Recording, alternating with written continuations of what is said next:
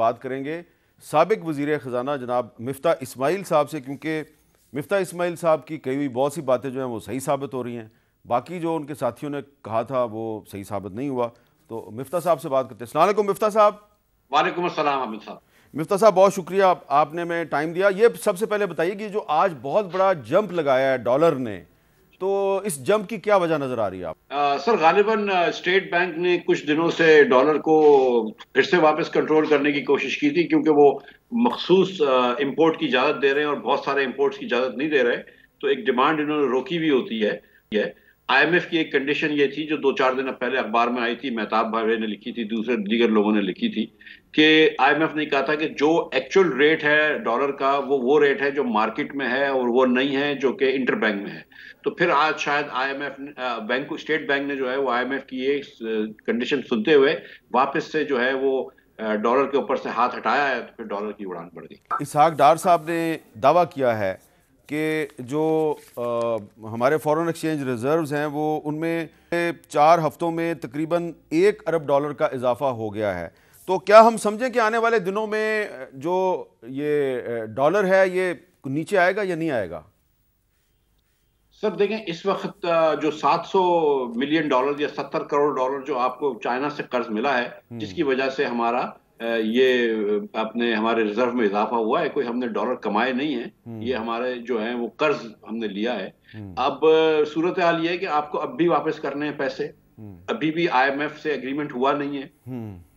तो एक डिमांड आपने क्रिएट कर दी है कैपिटल फ्लाइट की, कि जिसके अंदर लोग ये समझते हैं कि अगर खुदा ना खास्ता ये डिफॉल्ट वगैरह हो जाता है तो उसको बचत से वो डॉलर की तरफ जा रहे हैं। जब लोगों को ये लगेगा कि डॉलर के डिफॉल्ट का चांस कम है, तो वो जो डिमांड आपने क्रिएट की हुई है कैपिटल फ्लाइट की, वो कम हो जाएगी और ये डॉलर वापस इंशाल्लाह मार्केट में आ जाएंगे, तो फिर कम होने की उम्मीद है। लेकिन जब तक के ये मईशत में तज़ब्ज़ुब रहेगा, मुश्किल है तब तक। तो आपके ख्याल में आईएमएफ के साथ मुआहदा हो जाएगा?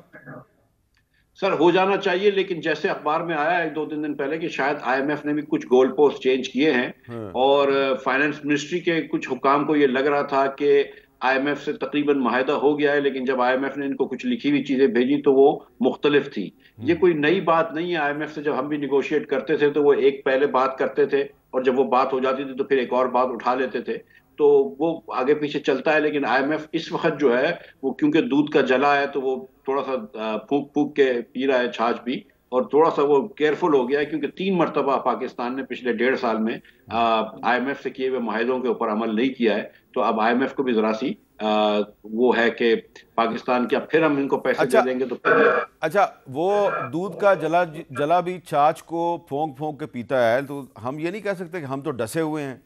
तो लेकिन इस वक्त तो खैर हम भिखारी बने हुए हैं, उनसे कर्जा मांग रहे हैं। लेकिन थोड़ा सा आप ये बताएंगे कि जो आपने कहा कि 1.5 साल में 3 दफ़ा जो है वो उनके साथ वादा खिलाफी हुई है, तो इन 3 में से कितनी दफ़ा इमरान खान की हुकूमत ने की और कितनी दफ़ा ये आपकी जो पार्टी की हुकूमत है उसने की? 2 दफा इमरान खान साहब ने की है। एक मरतबा जब कोविड खत्म हुआ, और कोविड में बहुत रिलैक्स कर दिया था आईएमएफ ने, जब कोविड का ये पेंडेमिक में शिद्दत में कमी आ गई और मईशत वापस जब नॉर्मल हो गई, तो आईएमएफ ने 3 रिव्यू एक साथ किए और हफीज शेख साहब ने वो रिव्यू करे और उसके बाद हमको एक किस्त भी पैसे मिले। और जैसे ही पैसे मिले तो खान साहब ने हफीज शेख को हटा दिया और शौकत तरीन साहब आ गए, विच इज फाइन। लेकिन जब शौकत तरीन साहब ने वो जो बजट पेश किया तो वो आईएमएफ के मुआहदे के मुताबिक नहीं था। जो आईएमएफ के साथ आपने एग्रीमेंट करे हुए थे उसके मुताबिक बजट नहीं था, और वो कहते रहे कि नहीं मैं कर लूंगा बगैर वो आईएमएफ वगैरह के। 2-3 महीने वो चलते रहे, लेकिन सितंबर वगैरह अक्टूबर में वो फंस गए। तो उसके बाद उन्होंने नवंबर में आईएमएफ से एक और मुआहदा किया। वो जब नवंबर में मुआहदा किया आईएमएफ था, तो वो समझ लीजिए कि पहली मरतबा आपने बजट के वक्त मुआहदा तोड़ा आईएमएफ से, छठे रिव्यू के बाद। फिर जब वो आईएमएफ से आपने मुआहदा किया नवंबर में और उसके पैसे फरवरी में मिले, तो जैसे ही पैसे मिले उसके चंद दिनों बाद आपने फिर वो मुआहदा तोड़ा और पेट्रोल सस्ता कर दिया, जबकि दुनिया में पेट्रोल महंगा हो रहा था। हमारी कीमत खरीद 190 रुपए की थी, लेकिन हमने कीमत फरोख्त 150 रख दी।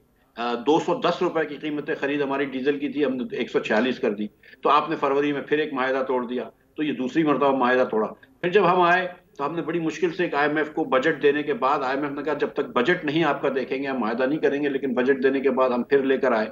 और जब आईएमएफ की वो जो पैसे आए सितंबर में, तो फिर आपने मुझको हटा दिया और डार साहब जब तशरीफ ले आए तो उन्होंने फिर आईएमएफ को आंखें दिखाई और आईएमएफ को जरा सा वो पसपा करने की कोशिश की, तो ये IMF ने कहा कि यार आप फिर अच्छा, तीसरी मरतबा आ गए। एक सवाल है, ये सवाल जो है ये आप जगह जगह सुन रहे होंगे, आप आजकल बहुत सी तकरीबात में जाते हैं, सेमिनार्स में जाते हैं, लिटरेचर फेस्टिवल्स में जाते हैं, तो मुझे आज 2-3 लोगों ने सवाल किया है। मैंने कहा मिफ्ता इस्माइल साहब से सवाल पूछ लेता हूँ, आपका क्या ख्याल है कि ये जो डार साहब जो दावे करते थे और फिर उनको पूरा नहीं कर सके और अब बिल्कुल डॉलर जो है वो डार साहब के कंट्रोल से बाहर निकल गया, तो उनको इस्तीफ़ा नहीं दे देना चाहिए? सर, ये सवाल जो है वो जरूर जायज है, लेकिन मेरे लिए जवाब देना जो है वो मुनासिब नहीं होगा। वो आपके जैसे जय्यद जर्नलिस्ट जो हैं वो इस बात का तस्करा डिसाइड कर सकते हैं कि क्या डार साहब जो हैं वो अपने अजाइम में मैंने कामयाब होने के। अभी थोड़ी देर पहले आपके एक जय्यद दोस्त डॉक्टर मुसद्दिक मलिक साहब को सवाल किया, तो उन्होंने भी मेरे पे ही डाल दिया कि आप बताएं। तो आपने भी मेरे पे डाल दिया। अच्छा, मैं छोड़ देते हैं इस सवाल को। ये बताएं कि ये जो पिछले दिनों IMF की सरबराह ने DW डोइचे वेले के साथ गुफ्तगू की और कहा कि IMF तो पाकिस्तान में अमीरों पर टैक्स लगाना चाहता है, IMF तो पाकिस्तान में गरीबों को सब्सिडी देना चाहता है, तो क्या ये आपके ख्याल में ये बात दुरुस्त है? देखिए, ये बात कहने के लिए तो बिल्कुल दुरुस्त है। ये कहते हैं IMF, सच्ची बात है कि ना आपको ये कहता भी नहीं है। IMF आपको कहता है कि इस बार जो कह रहा है कि आप प्राइमरी सरप्लस रखें, कि आपका जो खसारा है, जो सूद को निकालने के बाद आपका खर्चा पूरा होना चाहिए।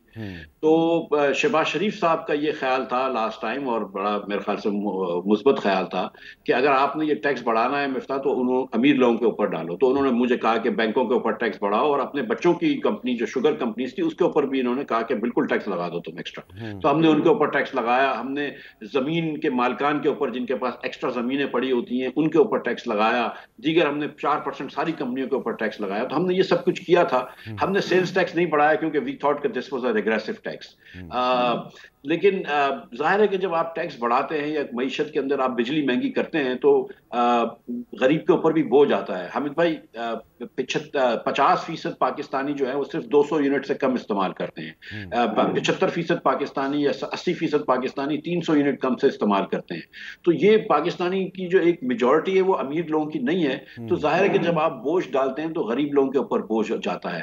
शहबाज साहब ने कहा था, और सही कहा था, कि एक्सपोर्टर्स के ऊपर जो है वो आप थोड़ी सी मराद दें मुझे। मैंने उनसे रिक्वेस्ट की थी कि मैं 2 महीने के मेरे पास पैसे रखें, मैं वो दूंगा, बाकी 10 महीने के पैसे मेरे पास नहीं है।